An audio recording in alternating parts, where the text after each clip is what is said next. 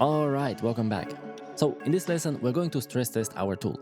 Basically, we're going to try to break it in every way possible so we can find all the issues and prevent them in the future. And here's the thing. At first, you will think that this is the hardest part, and probably you will even hate it because I think everybody hates it. But this is actually one of the most important steps to make robust tools. And the good news, it's super repetitive because your tools always break the same. If you got UI form, what if user closes it early? Or what if they select nothing? If you're getting elements, what if you didn't get any elements? Or maybe you got wrong elements, and so on. I will cover the full pyRevit debugging protocol much later in pyRevit school when we are ready. But for now, let's just run a quick stress test on our tool to fix it.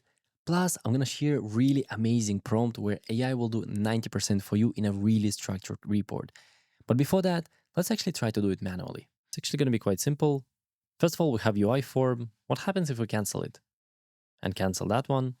Oh, we get an error because something couldn't get something. Got it. So that's one of the things. Another thing would be, well, actually that one also. For example, if you didn't select views, but provided something here, it will still fail. You see, another kind of error. Usually this hides an error message. So look right here, you will see iteration over something. Well, we haven't selected anything. So we try to rename nothing. Let's get back, and usually the way it works. When you try to get any elements, just check if not selected views, then forms alert, and no views selected, please try again. And here it's going to be exit script equals true. What? Where did I get it? Got it. Check it out. I'm going to go again to docs, effective inputs, and I took it from here. Well, I already know it because I used it like thousands of times probably, but somewhere here we have like here, how to create alert, and it also includes this exit script right here. Super simple. Now let's get back. So if not selected views, we cancel. I also like to mark it with emoji. I click on window dot, then write alert and use that one. Check views selected. Great. Now what's next? After that one, let's go and check. Well, we're also using this form. So we just need to ensure somewhere here, if not values, then forms alert, no values, please try again and quit. Again, I'm just going to paste it here, check, naming rules provided. That's good. Now what else can break here? So this one we checked, this one we checked, we keep going, this one, so then current name is fine, creating this one is fine, creating Linkify works. Actually, yeah, we are changing name here, right? We can mark it, for example, I don't know, some other emoji, RevitAPI change here. And here's the thing. Well, if you know about views in Revit, you know that they might be kind of unique, and they also cannot kind of contain certain symbols. If I try to drop here a bunch of different symbols, you will see this error. And we can actually make an image of that. It's going to be useful. And also, if I'm going to try L3, name is already supplied. So this I already, well, you all know about it. You just have to think about how to break it. Now let's quickly kind of change it. So we first need to define here new name. So we don't apply it, we just create it first. Then with tab, I'm going to update it here. We need to ensure that this name is legit. I'm just going to paste images here. So check if new name contains any of these symbols. Clean if it does. Keep as short as possible. Because I know we can make it in one line. I hope it can do it. Nope. But oh no. No regex. Do it with least comprehension. What is it doing? Anyway, I'm just gonna make a new string. So new name equals, first of all, I'm gonna make it a list. So there's gonna be character for character in new name. Because as you know, strings in Python, they are iterable objects. So we can iterate through characters. And I'm gonna write if character not in forbidden. Now we have forbidden right here. Paste it here. And there's also a row string, and yeah, that's okay. Now we don't need that part anymore. So now we're getting rid of forbidden symbols. We still might get into duplicates. So let's just go and try first symbols. So I'm just gonna make something. Then prefix is gonna be, I don't remember the symbols. One of these definitely should not work. And we actually break. Expected string got a list. 97, that's correct. I forgot to finish what I started. That one is a list. I need to convert it into a string. It already suggests me exactly what I want. But I can also kind of merge it right here.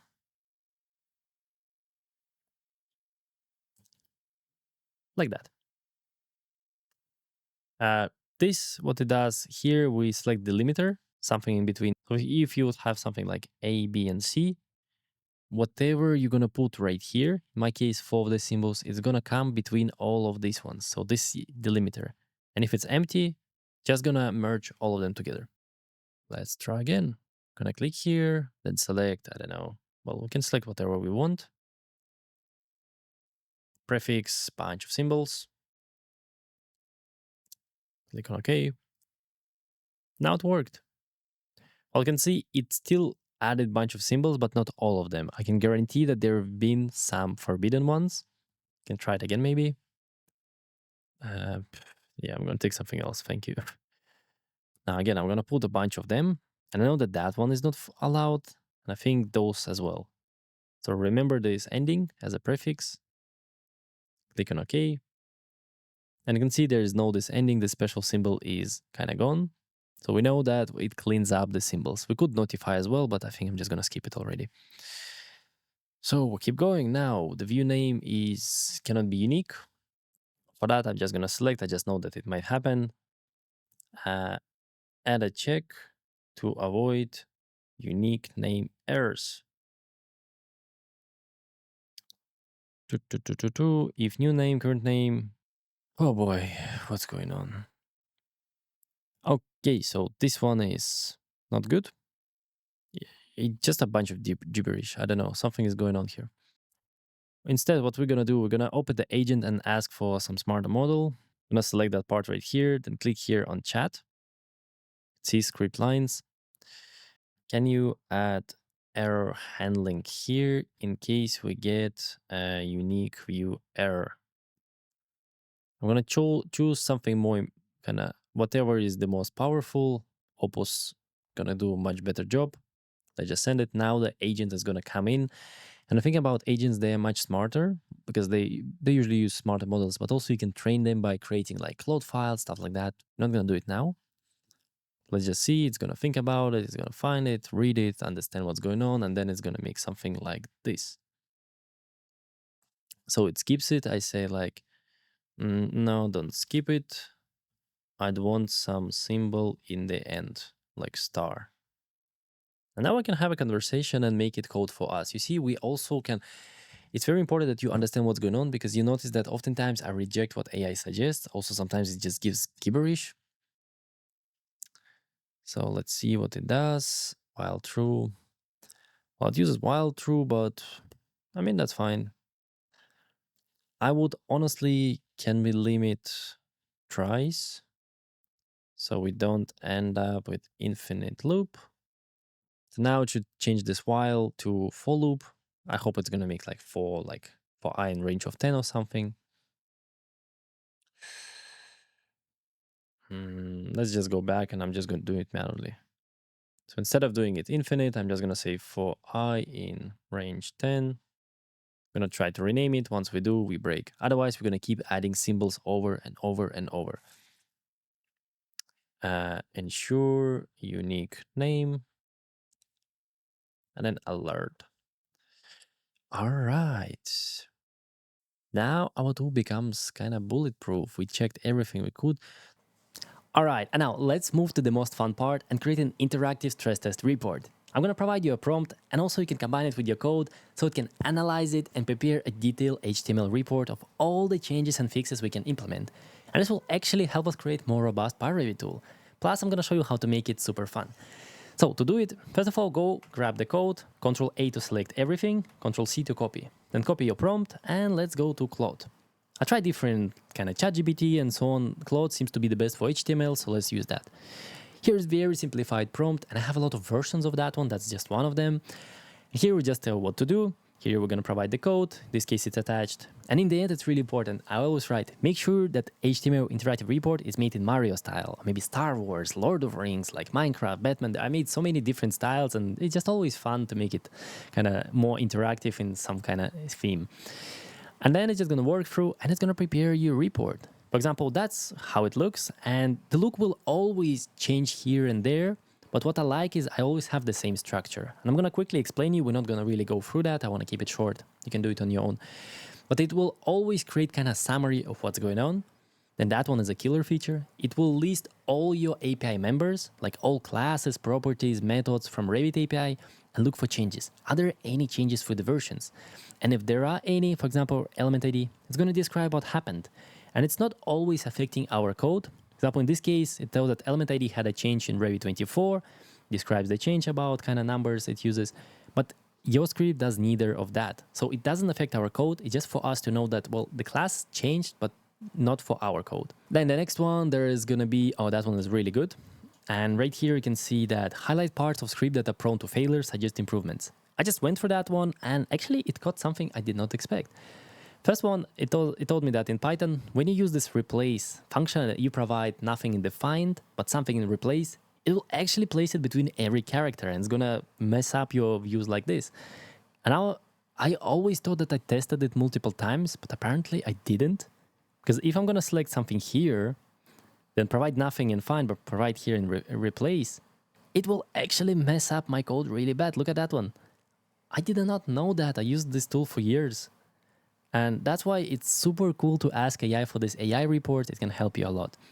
Also, it noticed that, oh, you actually have the wrong kind of tables headers. And at first I was like, wait, what? How is it possible? But then I remembered that we actually moved the order of the items in the table, but I forgot to adjust my header. So it's correct. It's actually wrong kind of order. And so on. You can see it finds issues, explains you how to fix it, what to do, and so on. You can just follow along this report, read it. It's going to tell you if there are any performance issues. In this case, we're good. Just kind of minor things, which not really going to help us in any way. But sometimes it can flag you really big issues if you kind of mess up your code. And final score is just for fun, and often it's going to be way lower than it is. So don't get discouraged when it's low numbers. And again, we can do it in different styles. For example, that one is in Star Wars. Check this one out. The name swapper, a pyRevit view renaming tool. The tool works, select views, type. You get the idea. Like, honestly, this one is quite boring, just dark theme, the rest. So I expected more. Then I also made one in Minecraft. See some interactive blocks and stuff like that. But overall, the structure stayed the same. API table, version changes, failure-prone analysis, performance analysis, and final score. That's how I like it. Then Harry Potter, the Daily Prophet newspaper. You can see that's how it can look. I don't know, today AI is not, ooh, that one is a nice, but I also gave different prompt here. It even added here sounds, the council of the code. But you can see the structure stays the same. You can just kind of put different colors, different themes. It also sometimes uses the words from your kind of theme. Ooh, interesting. But the point is, like, you will always kind of have the same structure. And I just want to show you, like, this is my favorite so far. It's just super clean. I provided the same very short prompt.